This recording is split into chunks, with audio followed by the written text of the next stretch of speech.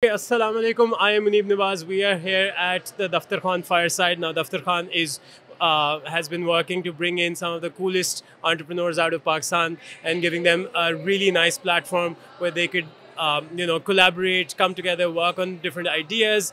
And today we are here at the Glam Fest, which is organized by Bagallery, and these guys have brought in one of the biggest setups of fashion and beauty and lifestyle products under one roof. So it's really cool. And I'm going to be talking to some of the really cool, edgy, yet interesting entrepreneurs from across the country, especially the ones that are here. We have Hareem Zahid with us. She's started a brand called Abaa, if that is how I pronounced it. Tell me, Hareem, tell me a little bit about your journey, because this obviously is a personal representation, and when we create a brand, it has to come from a place that is very innately our own. How did you come up with this brand, when and why? When I was a teenager, I really was inspired with the luxury brands abroad, like Elisab and Versace and all of these. So I really wanted to create something like that in Pakistan, and I wanted to attend a fashion school. However, I came from a religious family which did not appreciate fashion school at that time.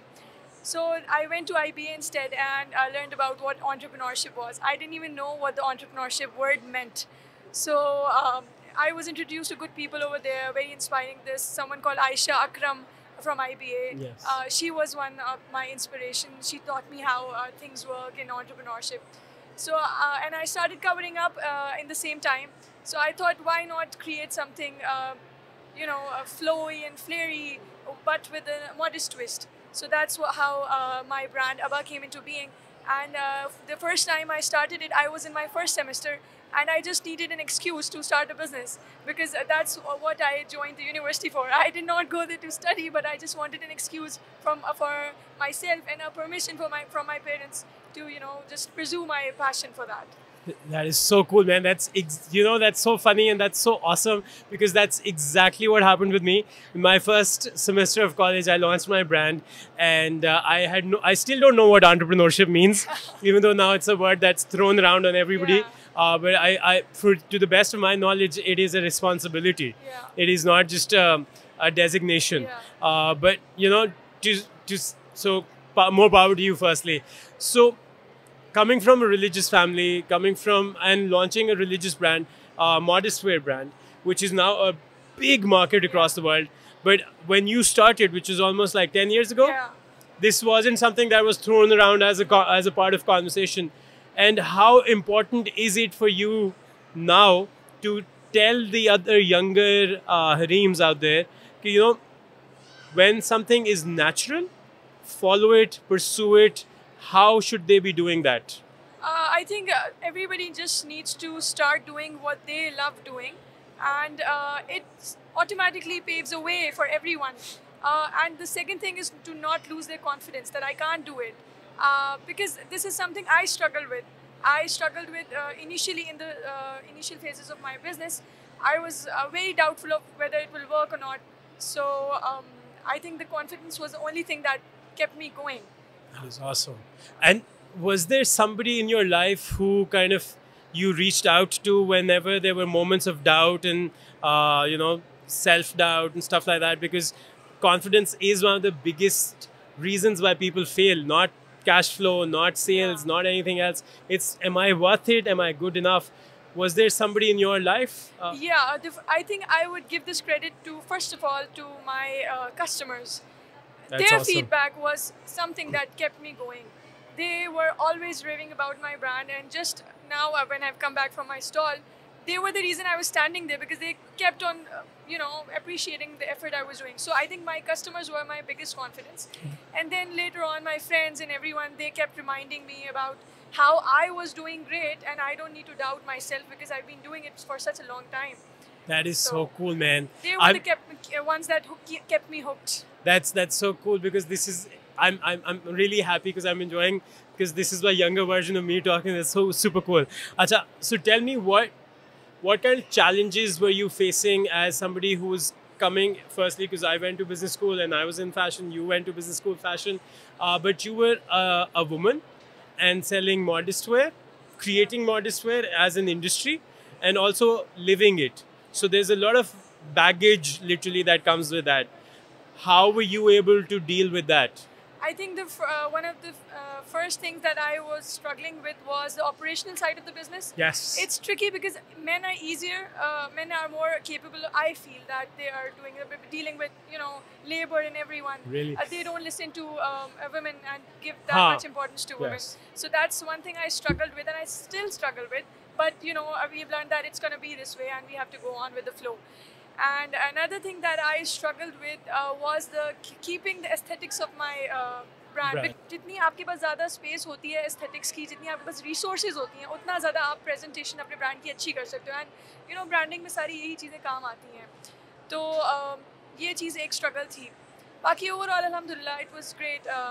ये दो चीज़ें I think ज़्यादा मुझे I love every time I speak to an entrepreneur, whenever we talk about a problem, they talk about a problem in a solution sort of way, and then by the end of that sentence, almost the word alhamdulillah and the fact that we've gotten over it comes in. And that is such a great, and that is the responsibility of an entrepreneur to kind of solve whatever comes your way. Exactly. And so the other thing is, you talked about resources and resourcefulness. How important was it to create your own resources and resourcefulness? Because this wasn't an industry that was kind of working at the time when you launched. I created a setup where I didn't need to step out of my house. I was doing everything all from my house, dealing with suppliers, dealing with tailors. I was using WhatsApp to the maximum capacity by fulfilling all the orders through that. So I would just initially go up maybe once in 6 months to get the fabric. So I was known in the market that this Baji, she comes and she takes a lot of fabric. So the suppliers were also happy कि जी इनको जो है एक साथ ही सारा दे दें. Nice. तो बहुत उसमें आसानी रहती थी. Do you have a personal idea of where your brand is going? Because it is growing as an emerging market in the world. It is something that, it's not just limited to our religion anymore. It is something that a lot of people are adhering to. Where do you see this solution taking off to next? I think previously हमारे पास जितने भी लोग होते थे वो ज़्यादातर सिर्फ religious लोग होते थे जो ये products लेते. Now we have gotten into the categories which cater to everyone. We have been making modest dresses and kimonos and shrugs and all of these things. They go with jeans and everything. Yes, I saw. So now we have gone into all of those categories and also kept ourselves modest. That's a problem that a lot of brands face, that they have to dilute their identity to kind of cater to the mass market requirements. I think my brand has grown with me, my own ideas of fashion. Yes. So if I'm making something, I am wearing it myself as well. तो ऐसी मैं कोई चीज़ नहीं करती हूँ कि मैं बिल्कुल अपने ब्रांड से वो हो जाऊँ. Obviously, उसमें ये होता है कि हमारा जो एसेंस है ब्रांड की वो मॉडेस्टी होनी चाहिए. So whatever product I make, whether it's an abaya or not, the product will have a modest tag attached to it. In terms of your sort of personal inspiration, I know you mentioned Versace and Ali Saab and all those guys. Right now, where are you seeing growth in? How are you seeing growth or inspiration from? For me, my biggest inspiration is an international brand called Abaa. And there was another one called Inaya. It has now closed down due to COVID. And another Turkish-based brand called Ana Hariri. So they are the big giants operating in this industry, and I really hope to be like that in Pakistan. Inshallah, one day. If you were to give one advice to your own self 10 years ago, what would that be? Don't be scared to dream big and don't lose your confidence, because you can do it.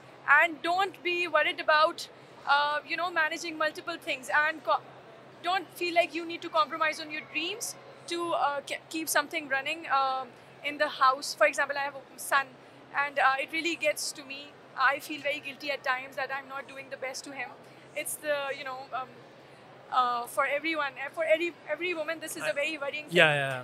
But now I've started to realize that I'm giving his best. I'm giving my best quality time to him, and now I also need to do my own things. And so creating boundaries and balance is the thing. We get to live something that we aspired to be 10, 12. Like, I've been doing this for a while. So when I was younger, I really wanted to be able to do what I get to do.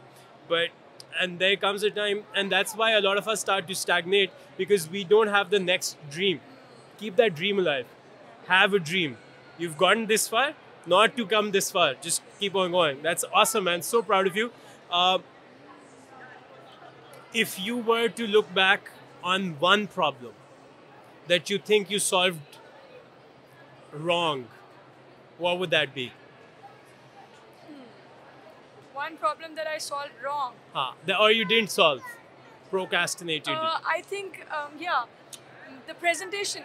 I think I can really improve that because I know my product's quality and the level of branding it has. Because when people touch my product, they go like, "Oh, this is good," Yeah. but it doesn't show in pictures. So I think That this is is what I such a need cool. to fix. Yeah. And I've That's been working on it this year. That is such a cool thing. Yes. So congratulations.